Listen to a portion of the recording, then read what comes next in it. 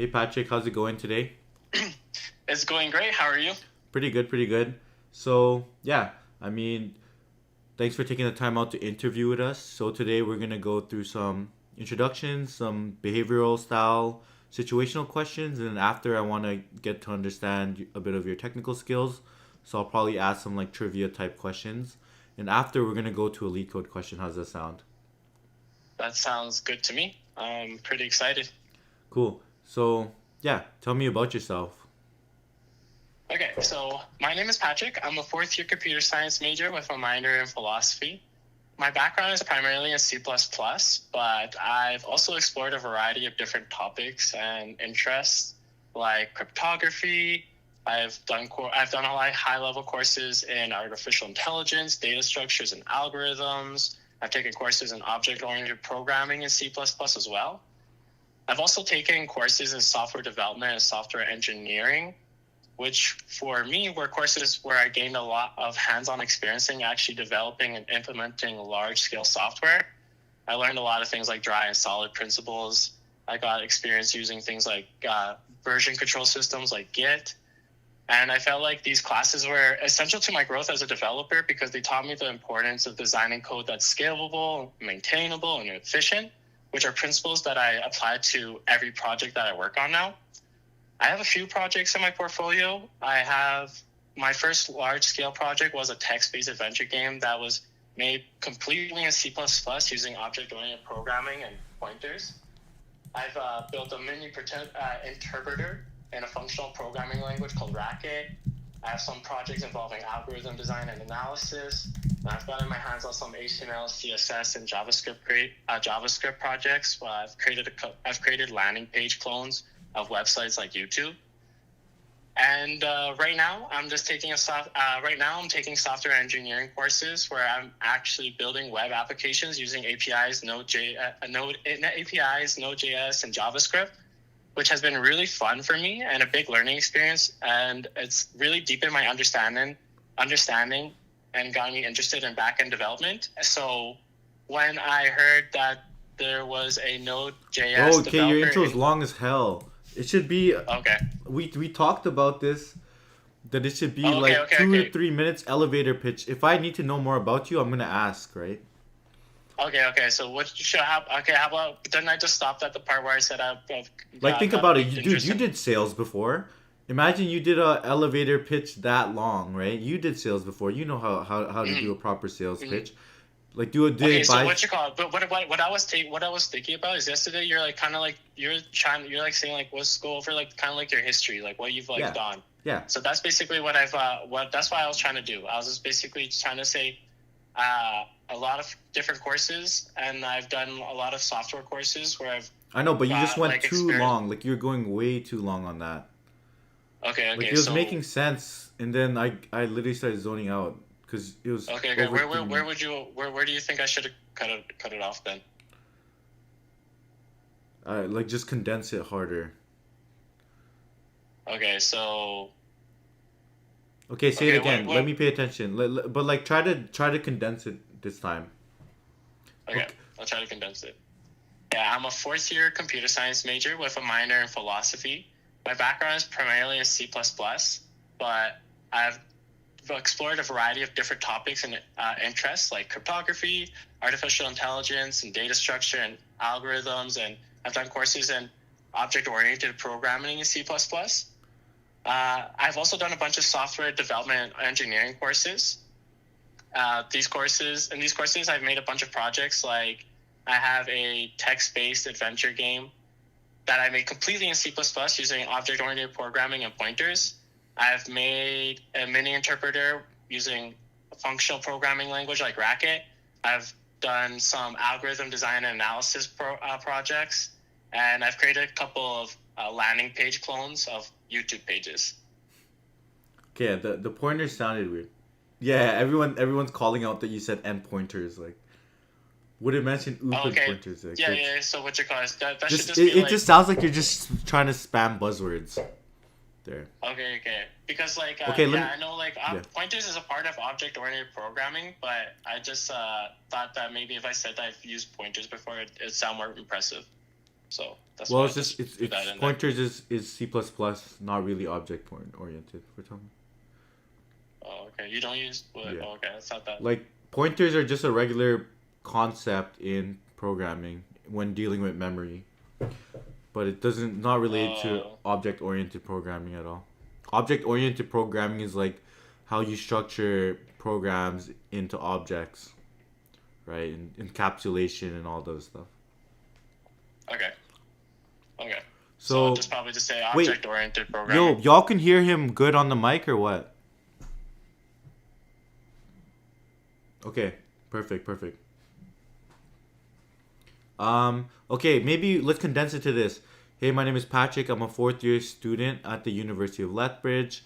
I've taken courses in cryptography, software engineering, large scale systems, um, design analysis of algorithms, artificial intelligence. I've took a wide breadth of, or I took a wide range of software engineering projects, and in those or classes, and in those classes, I've built some pretty cool projects, including like X, Y, and Z, right? And then that should Okay. last like 2 to 3 minutes.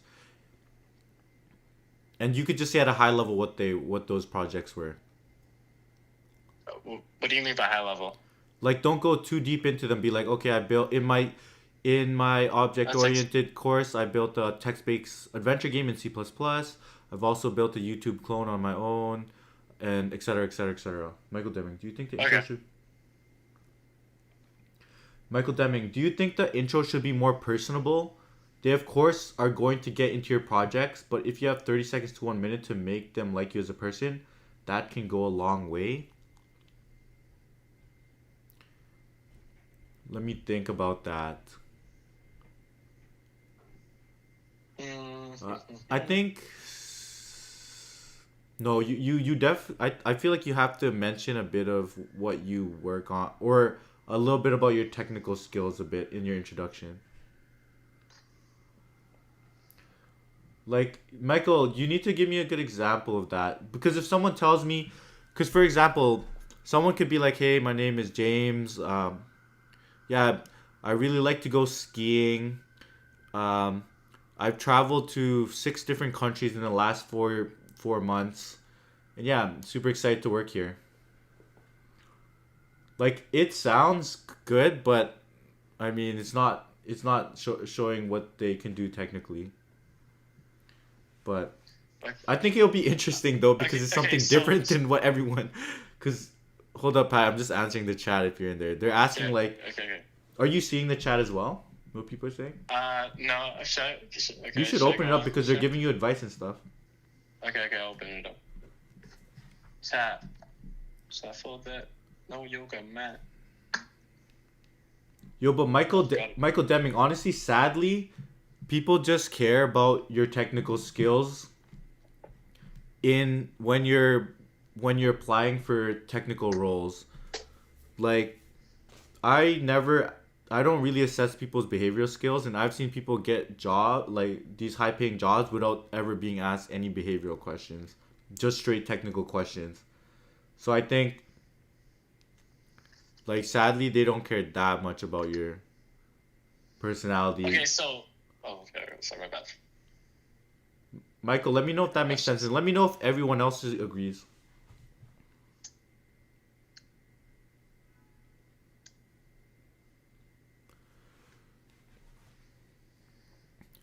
Michael, I think Okay. it's because it's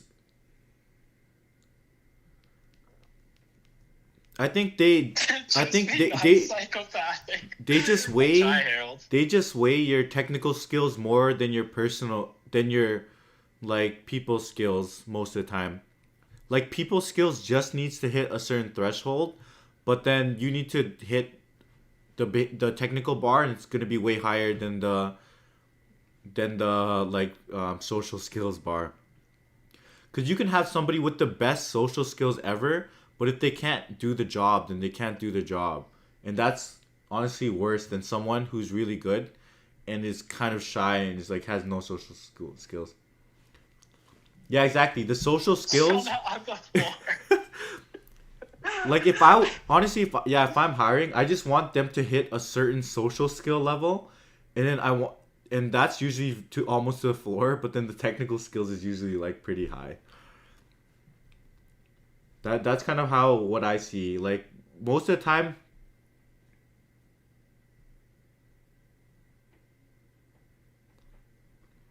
yeah. Honestly, they just want you to actually.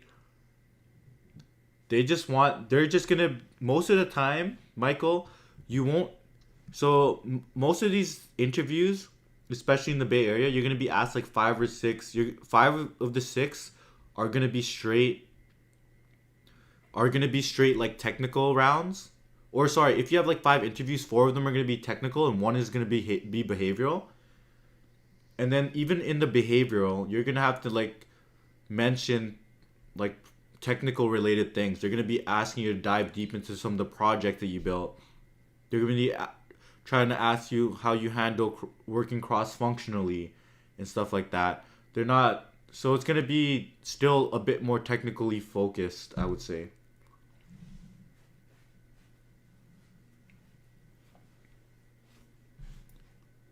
Exactly, exactly, dude. Yeah, most of the yeah, that's true, Farzan. Like most of the time, even in your interview, they're they're literally just gonna they're just asking you to break the ice, but really what they want to do is spend as much time on the algorithm as possible. Honestly, I've been at interviews when they didn't even let me introduce myself. They just introduced their self and then they got right into the What? question. Crazy. Yeah. Okay, Okay. so what do you think? Like, um, how should I end? What's a good way to end the introduction? Like the brief introduction, Okay, wait, let me ask elevator GPT this pitch. quick. 69. Yeah, yeah. Because Bro, and also the other thing is especially if you're when you're like applying for these companies in the Bay Area, there's literally they're interviewing like 50 people for that same role. So they're just looking at your technical skills at that point. How long should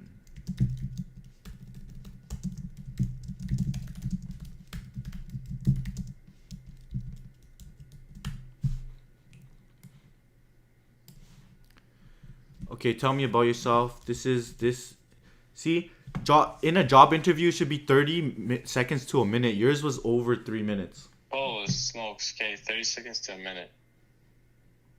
A few paragraphs relevant to the purpose. Okay, so Why right now, yeah. so how do you close off a look up how to close? Can you search up how to close off an intro? How to end off an intro? How do you close off an intro? Let me look this up.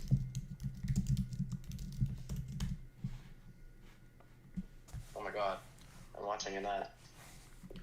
So why would people want to take a gamble on being with maybe toxic or something? Well, Michael, first off, I would say Build my first app at it's 14. easier to teach someone to not be toxic than to get them to the level of technical skills that you need them to do the job. And like worst case, they're really just toxic. Then you just throw them on, but they're still good at coding. Just throw them on some random project where they can build it out by themselves, and like let them work on that project, right? And like don't deal with them and let them push out code. That's kind of thing. And Michael, also the thing too is like behaviorals are pretty subjective as well. That's why most of the time when people are hiring you for technical, when they're doing coding interviews or system design interviews on you, they're not going to be trying to get a gauge of your behavioral skills at all because they're trying to look at your technical skills objectively.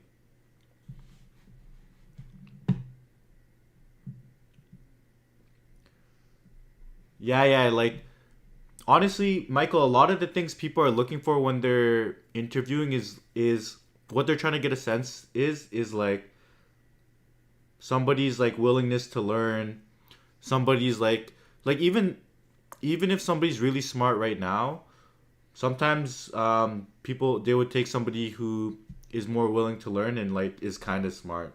Sometimes that makes more sense too. Okay, Patrick, tell me about yourself. Oh wait, but before I do this one more time, so the way that I have this right now is that I have like my courses, some projects that I've done, and the way that I was kind of thinking about doing this is closing it off with that I'm in a course right now working with building web applications using APIs.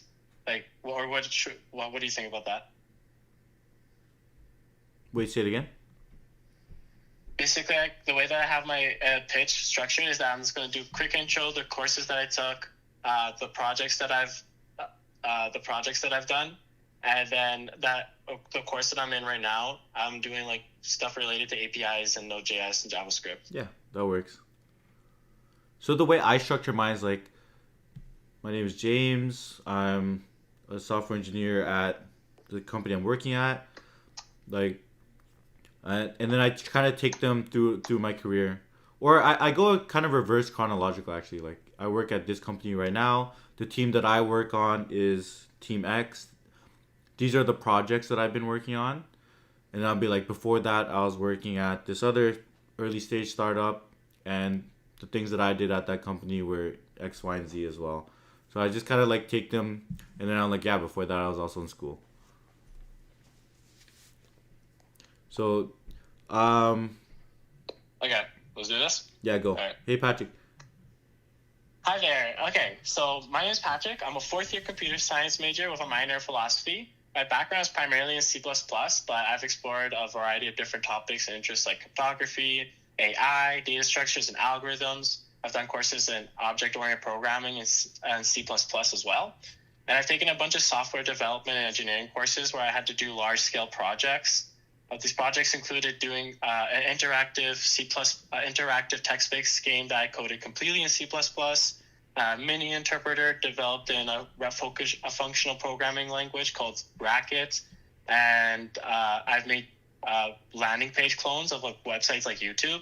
And right now, I'm in a software engineering course where I am actively building a web application using things like APIs, Node.js, and JavaScript.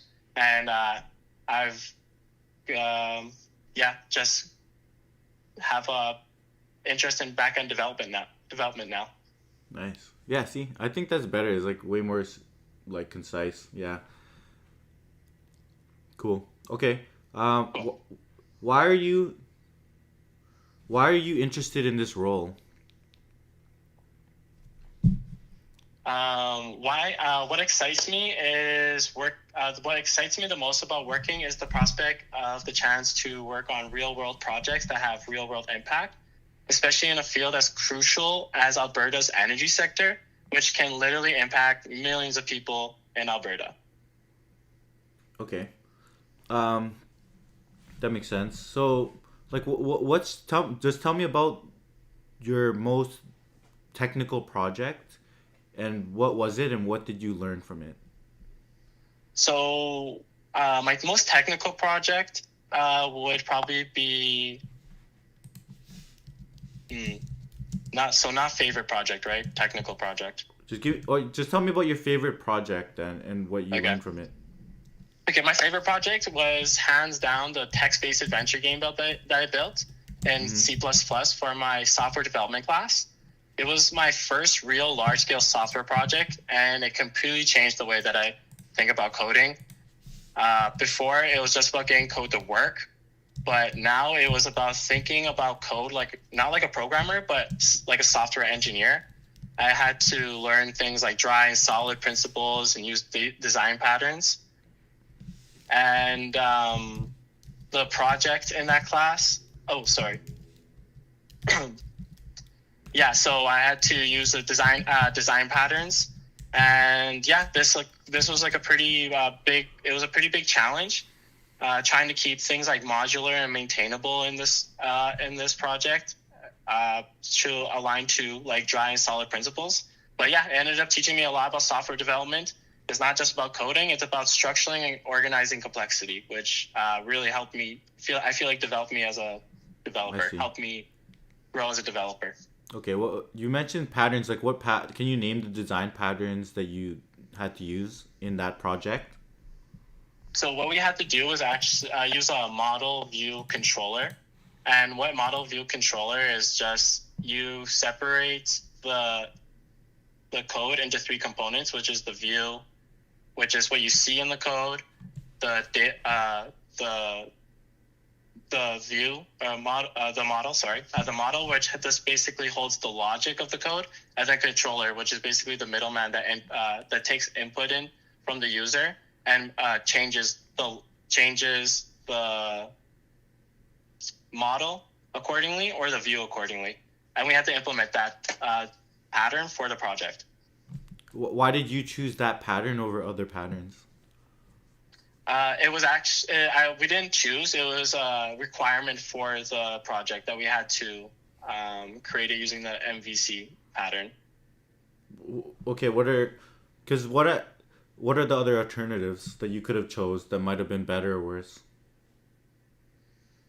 Um, for this game, Because this is what I'm saying is like, okay, pretend I'm talking about a project I worked at work, right? And I chose a specific design pattern. The next question they're always gonna ask me is why did you choose that pattern over other ones? Because they want to see that you know options and you can see trade offs. You could see this. I could have done this pattern or this pattern, but there's trade offs with each of the patterns. So it shows that you could think critically of when to choose what tool for the job, kind of thing. So I would say that we chose like I don't know. Yeah, did they just oh, force you to do that?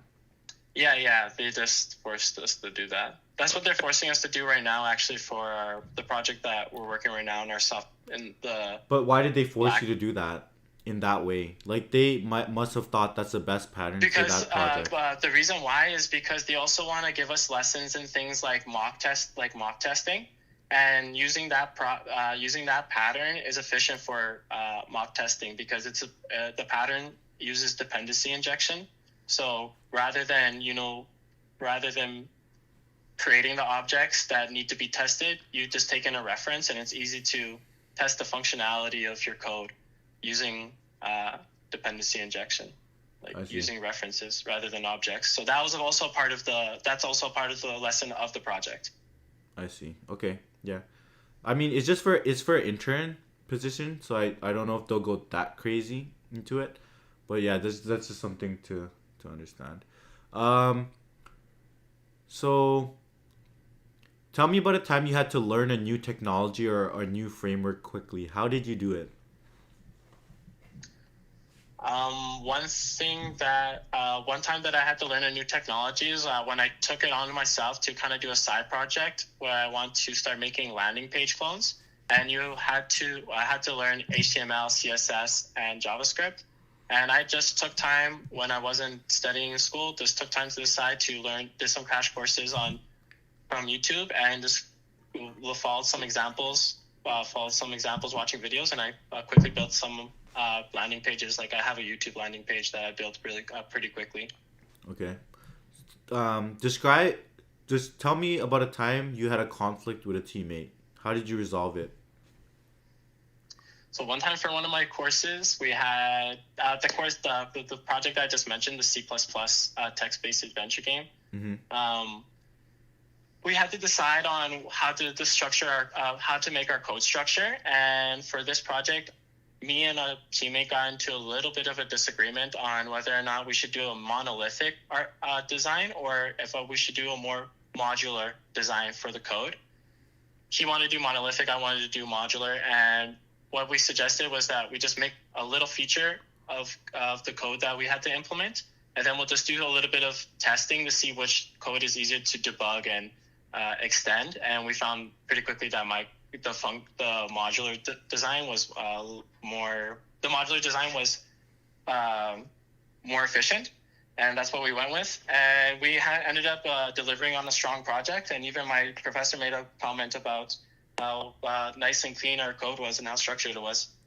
Okay. What's the trade-off between doing a more monolithic approach there or a modular approach?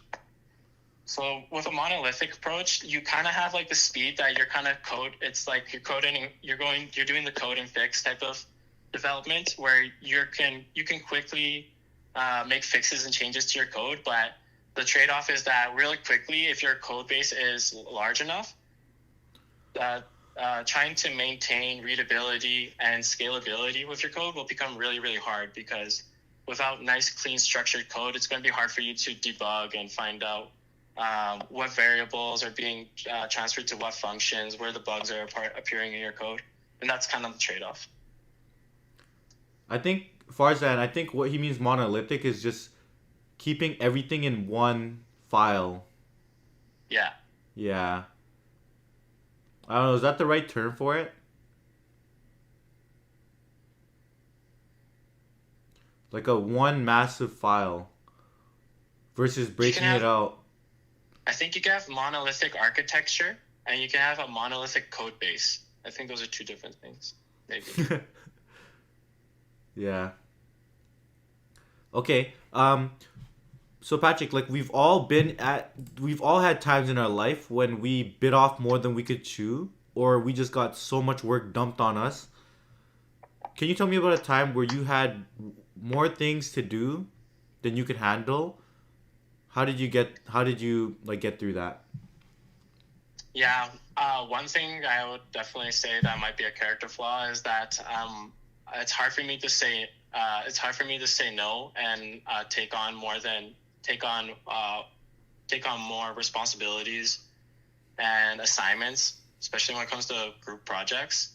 I kind of like taking on the pressure, but sometimes when the pressure is too much, definitely starts affecting my capabilities, and those are the times where I have to basically take a step back and rely on my teammates, try to delegate tasks when I'm starting to feel overwhelmed, and not being scared to communicate to my teammates that I'm feeling overwhelmed, that I need task delegation to keep my capabilities up. Sorry, that was kind of weak. That was a pretty weak answer, I feel like. Okay. That was pretty like general. Yeah, I mean it just sounds general, and I think it's good, but it could be great if you had a good example. So if you say, okay, during this midterm season, I had like, yeah, I think it was good, Farzan, but I feel like raw examples are usually the greatest. Like if you could actually specify, if you can name like an actual time, because if you just say, yeah, I start delegating, like you're just telling me about the behaviors that you did, right? You're just telling me about the behaviors. But if you tell me about a situation and how you react to that situation, then I could actually get a sense of how you would actually behave in that situation, like more concretely. But I think the answer was still good. But like to be great, like talk about a specific example. Like when was a time where you actually, like literally, when was a time that you actually had more than you can chew? Like when was it? Like during midterm season? So for example, yeah, maybe like you had a midterm, you were taking 4 computer science courses. You could like one of your in your operating systems class, like you had a project that was due. How did you delegate work across all these different projects, right? Something like that, like something very specific. Like, do you actually have an example of when you had more than you could chew, or like you had way more work than you could do that at that time? Yeah, I feel like just coming back from reading week, I've like basically every day I had a midterm, essentially. Okay. Or like a project to hand in, and that felt like I had to really put in the crunch time. Okay, how did you said you delegate your work. How did you delegate the work during that time? Like what were your strategies to delegate the work? To delegate the work, mostly I just looked at points that I could try to relieve pressure. And with midterms, assignments, and projects, the point that I found were projects. So I looked for classmates who don't have a full course schedule like myself. I'm taking 5 courses, and I looked for classmates who were who didn't have a full course, and who were working on a project with me in my software class, and I would ask them to take on a little bit of responsibilities that I had for myself, like asking them to do extra unit testing for my things and debugging things along those lines, to take a little bit of pressure off of myself so I can focus on things like my midterms and assignments. Nice. So I look for areas where I could be like collaborative, basically. Yeah, that makes sense. Like that sounds a lot better. Like okay, there's a specific situation. How you handled it was by analyzing your team members and seeing what their course load is and asking them what their course load is, how much time they had, and you figured out what are some things that they could take on with the limited time that they had. Because as long as they're able to contribute something, it contributes to the overall project. And now it sounds like you're like project managing. You're figuring out good things that people should do, and then like helping them assign the work and like understanding their workload and their skill set. So that just sounds I feel like, to me it sounds better if you give an example. But Okay. I think overall it was pretty good. But so are you familiar with JavaScript and TypeScript? Yes. Yeah, so what's JavaScript first of all?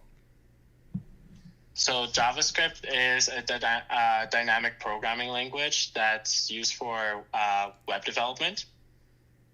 And what was the other question? I just asked you what JavaScript is. Okay, yeah. That's what JavaScript is. Okay. So you just said wait, can you repeat that? It's a dynamically typed programming language that's used for web development. It's a programming language used for web development. Okay. Is there any other languages that you can use for web development? There is something called TypeScript, which is an extension of JavaScript, and it just uses static typing. No, TypeScript is pretty much JavaScript. Okay, so you want a specific another language, like what, HTML, CSS, stuff like that? No, like I was saying, like can you use C++, Python? Can you use C++ and Python to? It would be on hard. The browser? You could. It would be hard, but I think you could do it, right? Alpha, I think wouldn't it have to like transpile it into JavaScript though, or can you actually run Python? You gotta specify in the browser. Oh no, I'm talking about for the front end. Yeah, it's kind of a dumb question. Okay, sorry. So what is TypeScript? Just give me explain TypeScript to me. Okay, so TypeScript is a superset of JavaScript that allows for static typing, which just means that you could catch errors before running your code. It's like JavaScript, but with autocorrect or Grammarly on it. We say it again? It's a superset of JavaScript Yeah. that allows for static typing, which is just basically lets it catch errors before running your code. Okay. So, okay. Can you run JavaScript outside of the browser? You can run JavaScript outside of the browser, but it has to be in a coding environment like Node.js. Okay. What's Node.js? Node.js is a coding environment that lets you run JavaScript outside of the browser. Okay. Why did they decide to build something like Node.js? Because before, you would have to code in JavaScript, which was the front-end language. And if you wanted to do back-end development, it would have to be in like different languages. So it'd be a little bit of like translation. There's a little bit of a learning curve where you would have to translate between the two languages that you're coding in. Okay. And then now with Node.js, you can code the front end and the back end of JavaScript. So it's way easier. I see. Okay. What's HTTP? HTTP is Hypertext Protocol hypertext transfer protocol, and it's a system that allows computers to send and receive data over the internet. Okay. What is a REST API? A REST API is just an API that's structured. It's an API that uses a certain standard of design or a design standard, and that's just it's an API that uses HTTP methods like get, post, put, and delete. I see. Okay. Let's see. What's your favorite database? My favorite database, the one that I'm most familiar with, is SQL. What's SQL? SQL is a structured query language. Well, it stands for structured query language, and it's just a query language used to store and retrieve and manage data in relational databases. Okay. What's a relational database? That's it's when data is stored in tables, like with rows and columns, like an Excel sheet. Yeah. Farzan, you're right. Like, okay, SQL is just a language. It's not really a database. But you can make you can make databases like in SQL. No, SQL is the language to query relational databases. So relational databases are just like a database. The structure. Did I say make databases? Yeah, you said something like it's you basically said SQL is a database. Almost. Oh no you said what's your favorite database? Okay. That's what you said. Yeah, I said what's your favorite database? Yeah. So that would be like MongoDB, Postgres, MySQL. Oh, okay, so I don't. Yeah, okay, so I didn't know that. Okay. MySQL. Okay, that's a database. Okay, Yeah. MySQL. Okay, MySQL. Okay. Like, MySQL, have you had to use favorite any database. databases in your class yet or no? Not yet. We're just about to touch that. That's just what we're about to do. Okay. Farzan said, what do you use to fetch from an API in JavaScript? What do you use to fetch? What does that even mean, too? Like, do you know what that means? Fetch? Fetch from an API in one more time. JavaScript. What do you use to fetch from an API in JavaScript? You would use what are those commands? Those you'd have to use those methods to. And fetch is basically retrieving data, right, from a database. So making a request to retrieve data from a database. Yeah. Okay. Tell me about the sex rock class you're taking. That one is so sick and so cool and so sexy. It's basically a history of rock. It's basically a lineage of the history of rock and roll from the 1960s going to now. And it covers all the genres of rock and roll, from glam rock to cock rock to sex rock. It's so cool. So many different famous artists are mentioned, and you actually understand the history behind them. And it's such a great class. Such a great class. Everyone's like, yo, this guy's way more excited about this one. Don't kill me. Okay. Your tonality was way better on that. If you can, that back one. yeah, Okay, if you okay, can sound okay, like that okay, the whole okay, time, okay. you're gonna get the job, bro. I could do it. I could do it. I could do it. Wait, I let could me do it. let me send out that interview thing. Wait, did you send me the interview? I want to look at it quickly again. Patrick interview.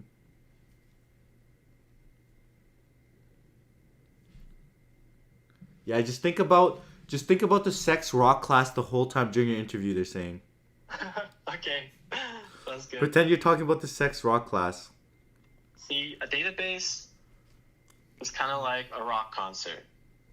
Everybody's filed up together, sorted in lines, columns, and rows. Patrick, yo, can you send me the job posting? Okay, Node.js developer.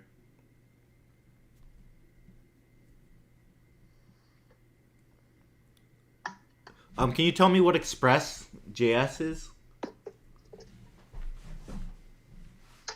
Yeah, so Express.js is a framework that makes it easier to build web servers using Node.js.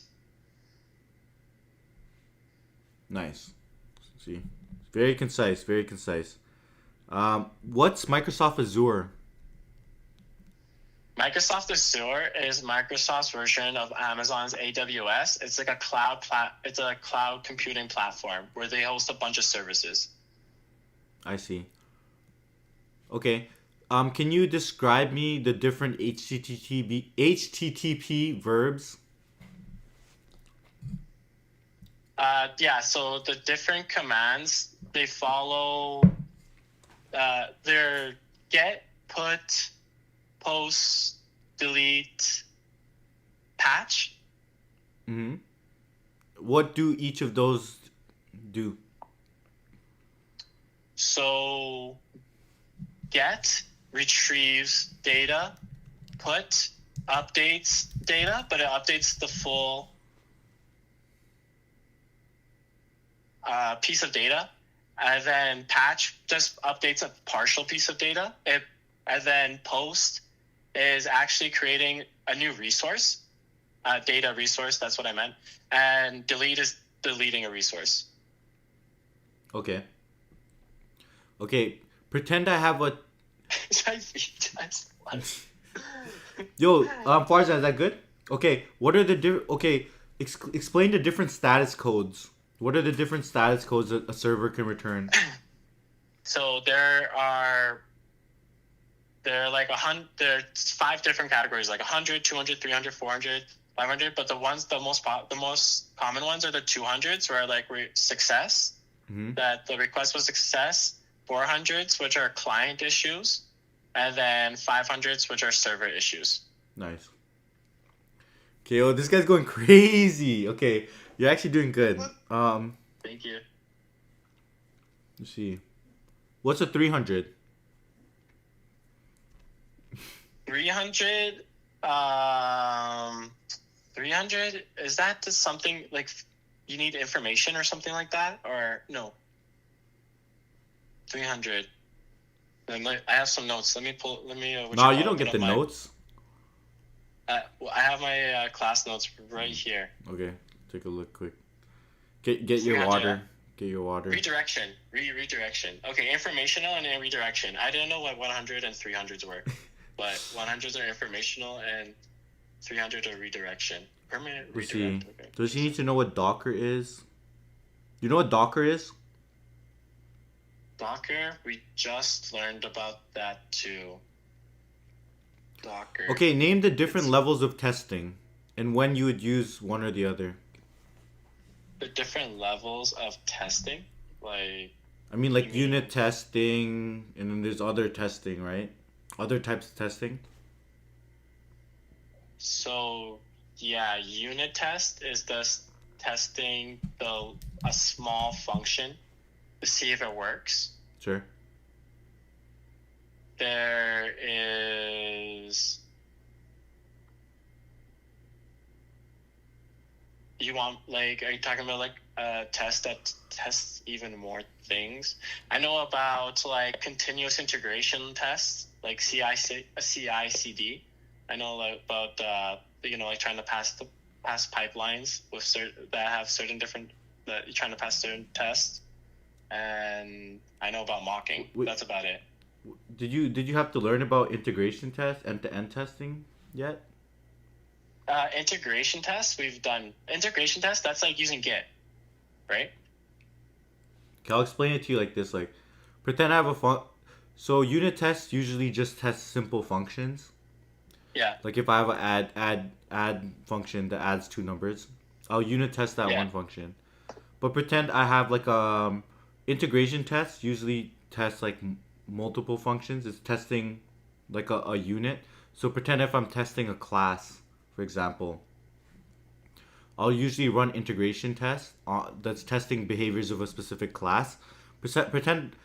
So this is how you could break it down, right? Pretend I have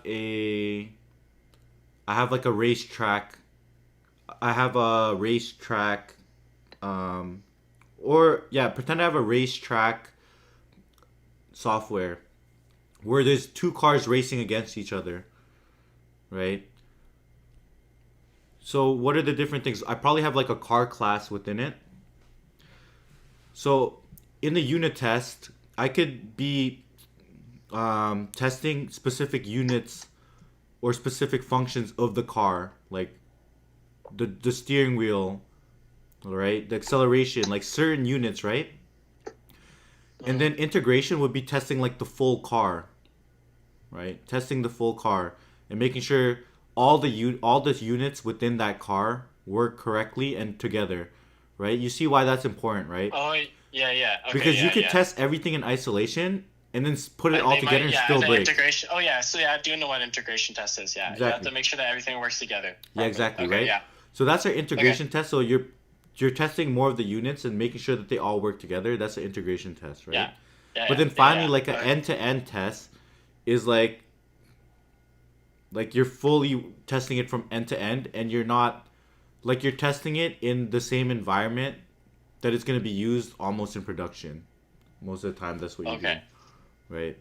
Okay. Because even when you're doing an integration test, you're still like putting it in an environment that's not realistic. But end to Yeah. end, a lot of the time, it's like you're fully trying to simulate what it's going to be like in the real world. So those are the three different levels. That makes Okay. sense? So, yeah, unit testing, integration testing, and then Okay, testing. can you Okay. explain the different levels of testing and when you would use and why you need to use the different ones? So there's unit testing, which is just testing small functions in your program. And then there is integration testing. And integration testing is making sure that all your functions, your whole program works together. They can work the functions alone can work in isolation, but we have to make sure that they work together, that they can work all together. And then there's end-to-end testing, which Yeah. is just Ooh, is testing your program in a realistic environment. I see. Okay, yeah. The chat's asking very specific JavaScript questions, and I think they might actually ask you these JavaScript questions because it's a JavaScript job. Mm-hmm. I got it. What you call it? I definitely. So they're asking you, write these down too. Do you know the difference between a var, let, or const in JavaScript? A var, const, and let. Var, I let, feel and like const. var is like you're setting. Var means like you're setting a variable, like Yeah. you're initializing a variable, and I feel like let is naming the variable. Okay, Or I'll give you a like, hint. Like all three of these are different ways to instand or like initialize variables in JavaScript, but they just behave differently. Yeah, always. Okay, yeah. So there's variable, let, and constant. So I know constant will basically be a constant. That's basically initializing a constant variable. What does that something mean? that's not going to change. Okay, It's what a happens variable when that's you not going change to it? change. A const. What happens if you try to change it? Constant variable. Like you can use const, and you can use const to modify. Wait, let me think. Okay, I'll answer this question for you. Say that again. What happens when you change a const? Okay, Oh, you get an error. So okay, what's it called? I'll answer this question for you because I know you don't know JavaScript yet. Yeah. Okay. Okay, so in JavaScript, there's pretty much three ways to initialize a variable, Okay. right? Okay. You can initialize it, be like var x equals the value, right? Mhm. But var is like a legacy way of instantiating variables. Actually, The old way to do it? I think when you instantiate something using a var, it instantiates that variable in the global scope of the project. The global scope of the That's an project. issue Okay. because then like having variables in the global scope is an issue because then multiple areas of the code can change it and you don't have control of where it's changing, and it's hard to track down where that value is coming from, right? So Okay. they introduced two new ways to define variables called let and const. These pretty much are your more traditional way of defining variables where they're pretty much scoped to the curly braces, right? So Yeah. they're like when you define a const or a let inside of a curly brace, after that curly brace ends, you lose access to that variable, like you would in other programming languages, right? That's why they introduced let and const. But the difference between let and const is that let Can change and can const change can't. and const can't. Yeah. Yeah, Okay. that's what I'd say. That makes sense. Okay. So var is just the old way to do that.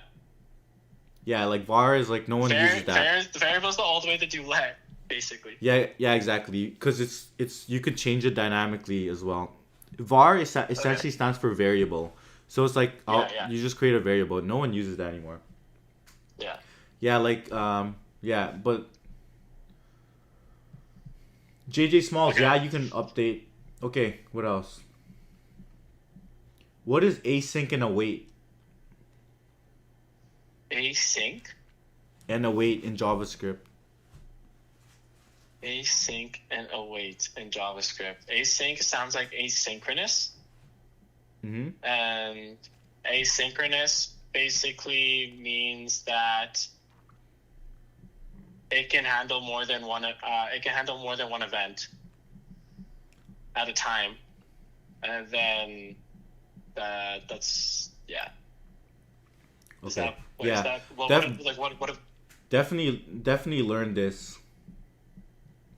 Wait, let me. what was the question again? Say that question again.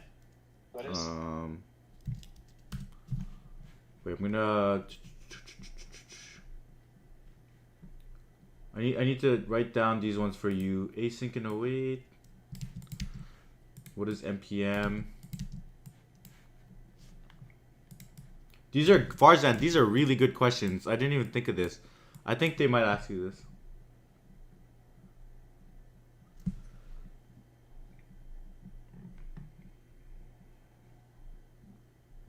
Okay. What's async and await? Yeah. Did you answer that yet? Async and await.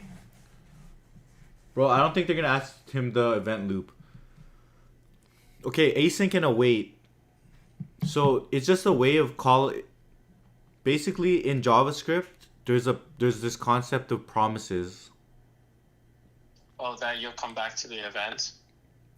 Or yeah, whatever. Promises is a way to run. Okay, I think how I describe this is there's two types of functions in JavaScript.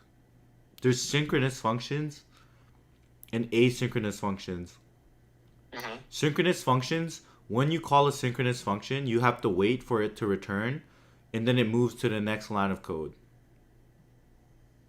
Synchronous. Synchronous.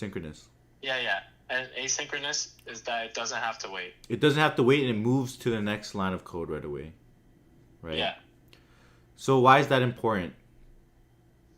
The reason... That's important because... Okay, go ahead. Oh, okay. I thought you were asking a question. I was just going to say that like an API has to handle like a lot of requests. So if it gets caught up on one request, then it can cause like the whole API to fail, or you might not be able to retrieve like data. Yeah, and also another thing is JavaScript runs on a single thread. So if you block the thread waiting for something, it's gonna freeze the screen. So have you ever seen your website just pretending you're loading Instagram? You never see it freeze. Mm-hmm. Because, okay, you need to know that JavaScript is single-threaded. Single-threaded, okay. Right? I'm writing all this down. That means, like, every function you call... Yeah, I get... Farzan, yeah, I guess that makes sense. But basically what I'm saying is, okay, there's two types of functions in JavaScript. When they ask async and await, right? Say, okay, there's two types of functions in JavaScript. Synchronous functions and asynchronous functions. Asynchronous functions are things that you could pretty much... You don't have to wait for it to finish. You could send off that function and then continue executing. And eventually it's gonna return, right? Like it's basically it's happening asynchronously. And like you mentioned that before, asynchronously means like it's happening. Oh, sorry. It's basically happening in parallel. I'm trying to keep it super simple. So Yeah. basically, I you can make it understand that. happen asynchronously. Why is that important? It's because you don't want to freeze your application because JavaScript is single threaded kind of thing. But also, why would you want to wait for an API call when you could do other stuff, Mm-hmm. right? Like for example, a bunch of asynchronous stuff, like most of the async stuff that you're gonna deal with is API calls, Mm-hmm. right? So okay, let me give you a more better visualization of that. Pretend I open up Instagram and I make a call to the backend. I make a GET request to my REST API to get me the last 100 posts from my friends, right? If my code just waits for those 100 posts Yeah. synchronously, my Instagram is going to be frozen. Yeah. But what I can do is let that API call run in parallel and show a spinner, Mm-hmm. right? I'm showing a spinner, and in order to show the spinner, I need access to that single thread so I could literally render a spinner. And then finally, when it returns, then I could show the results. That makes sense? What's a spinner? Like literally like a spinner, like a loading screen. Okay. Okay. Gotcha. Yeah. That makes sense. So, yeah, look up promises and stuff. Okay. Just, but just know there's synchronous and asynchronous methods. So that's what async is for. It allows you to do asynchronous things like API calls. And the reason we want to do that asynchronously is because we don't want to block the main thread or the single thread. So we could do other things like show a loader screen. What does await do? Await synchronously waits for that. Like you can if you have a async function, you can await for it to finish. You could specify a wait, and that will wait at that specific line until that function finishes executing before it moves on to the next line. So it's a way for waiting for asynchronous before moving on instead of the regular behavior of just moving on. That makes sense? Yeah, it makes sense. I'm reading. I'm also reading some stuff right now Okay. about. Yeah. I'm reading some. Definitely about read this it right now over too. this. Like, what is async and await? Okay. So, um, so you worked with C++, right? Yes. How do you usually like download packages or other libraries that are not part of the C++ standard library? Downloading packages that are not Have you ever part had of to the do C++. that? No, not yet. Okay. Have you heard of NPM? NPM. I've seen that before, but I don't know what it is. Do you know what it is? Node package manager. Yeah, Farzan, I'm just asking him because I'm trying to get an understanding of what he knows about packages in general. Um, because he only worked in C++. So, so you've never heard of NPM? No. So NPM stands for Node Package Manager. Mm-hmm. It essentially allows you to download packages from the web into your project. Download packages from the web into your project. Yeah. So other people can build libraries and put it into the web for you to download. Okay. Right? Okay. So pretend someone Gotcha. built something super useful Yeah. and they want to share with everyone and they publish it, right? They publish it online and you could use npm to download it into your project.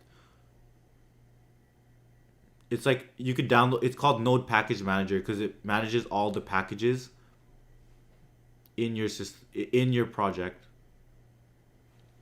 When you're working on a project, especially a web development project, okay, let me tell you why we need this, right? Because a lot of times when you're building projects, you have two options. You can build everything on your own from scratch, Hmm. or you could use code from other people as well. How can you use code from other people? You could look for packages that other people uploaded and pull it into your system and use that. Like why would so do you see why we would need something like does that make sense or no? Sorry, I kind of zoned out.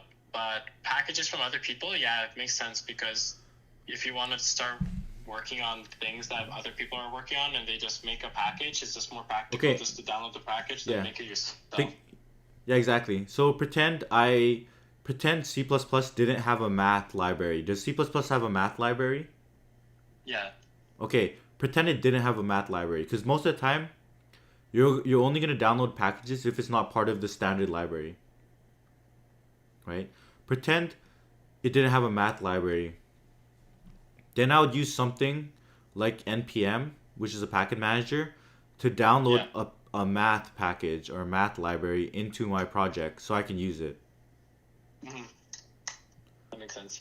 right? Instead of building all of the math functions myself, like floor, ceiling, primes, like all of those are just right. And what's the benefits? First off, now I don't have to build those by myself. What does it mean that I don't have to build it by myself? It also means I don't have to maintain it. Usually, these packages are open sourced. You can look at the GitHub repository, and multiple people are maintaining it and improving it, figuring out like security vulnerabilities and improving it, um, like over time. So first off, I don't have to write it myself. Now I have people also maintaining it, and it's just open source. So many people are also using it and finding bugs in it. Does that make sense? Yo, guys, Sorry, his interview's tomorrow, so I he zoned can. out. I zoned out. I was Bro, reading. are I'm you just reading the on chat. drugs? Okay, I'm reading the chat right now. I'm reading the chat. guys zoned out like 4 times. Cooked. Yeah, for real, raccoon. Yeah. Oh my god. Okay. Yeah, there's too much. Too much going on in the chat. Okay, I deleted out of the chat. I'm just looking at a crash Node.js crash course. I'm looking at a Node.js crash course right now. Dude, just watch my video on like building a full stack app from scratch or something. Yeah, you think so? Yeah, with I don't know. You don't have enough time though, dude. Yo, what's the difference between a thread and a process? A thread and a process.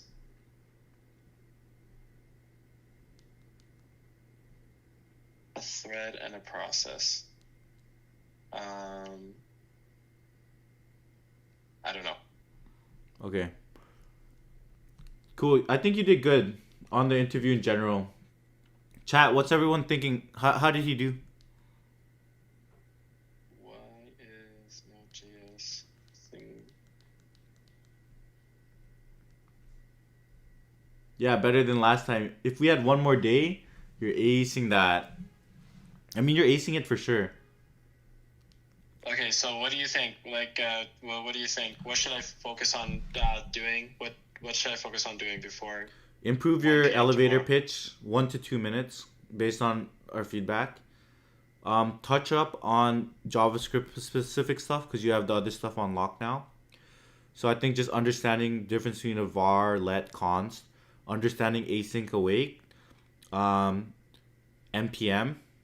and your sex rock course. No, I'm just kidding. Should we do the elevator pitch one more time then? Okay, tell me about yourself.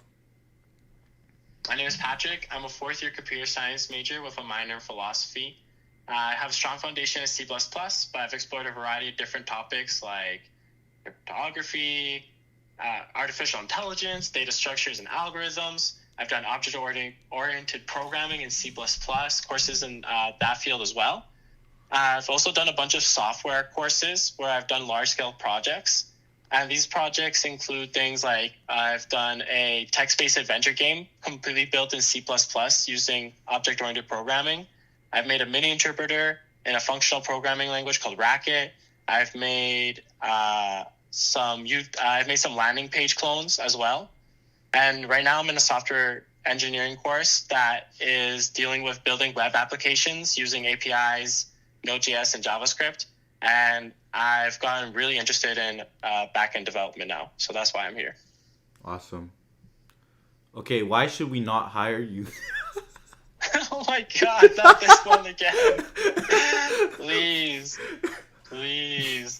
not hire me. If you don't hire me, oh my God, you're going to see a grown man start crying. That's why you should start. That's why you should hire me. That's why you should not hire me. Right. That's why you should not hire me. Okay, Patrick, it sounds good. We'll reach out to you in about 2 to 3 business weeks. Good luck. If you don't hear from us, we went with a different candidate, and we can't provide any feedback on why you didn't get the job. Okay? What'd you say? You're going to provide feedback? No, I said we'll get back to you to 2 to 3 business weeks. If we might not reach out to you. We have a lot of candidates. But yeah. Dude, why do you keep zoning out? Because I'm reading the chat. I'm reading the chat. These guys are killing me in the chat, man. Basically, we're gonna get back to you. We can't tell you exactly why you didn't get the job. But good luck on your job hunt. What? What? Tell me why. Tell me why. No, that's just how they operate, bro. I'll just be like, oh yeah, that's good, that's great, yeah, but hopefully you still consider me. Okay. Finger guns. Sounds good. All right, man. Good luck. Tell us how it all went. We're gonna get you back on the call tomorrow or something. I'll let you guys. Yeah, I'll let everybody know. I gotta do a little bit of crash coursing right now. Yeah, crash course on JavaScript specifically. Okay. Sounds good. All right. Thanks, chat. Appreciate it. Yo thanks, legend. James. Appreciate all right, it too. Peace, bro. Take it easy. Peace. Let's do some more leak code.